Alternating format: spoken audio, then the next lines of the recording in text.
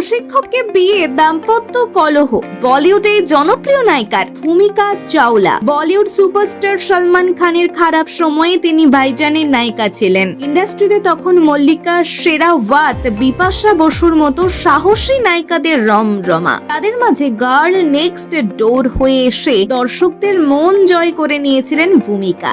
কিন্তু তারপরেও তেরে নাম ছবির নায়িকা ভূমিকার পরিচয় হয়ে গেল ওয়ান ফিল্ম ওয়ান্ডার। কলেজে পড়াকালীন অল্প বিস্তর মডেলিং শুরু ভূমিকার, তবে তার পরিবার মডেলিং বা অভিনয়ের বিরুদ্ধে ছিলেন। পরে ভূমিকার জনপ্রিয়তা দেখে হার মানতে বাধ্য হন।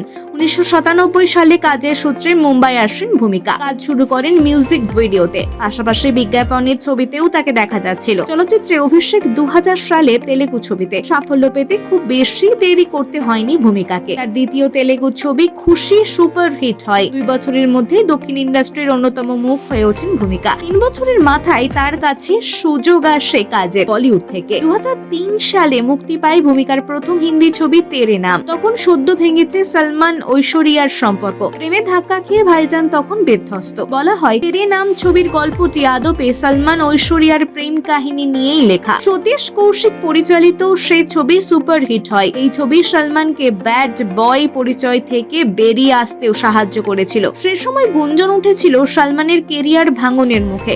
সেই গুঞ্জনের মুখেও যোগ্য জবাব দেয় তেরে নামের সাফল্য। অন্যদিকে এই ছবির সুবাদে ভূমিকাও হিন্দি ছবির দর্শকদের মন জয় করে নেন। বলিউডের তুলনায় ভূমিকা অনেক বেশি জনপ্রিয়তা এবং পরিচিত পেয়েছেন দক্ষিণে।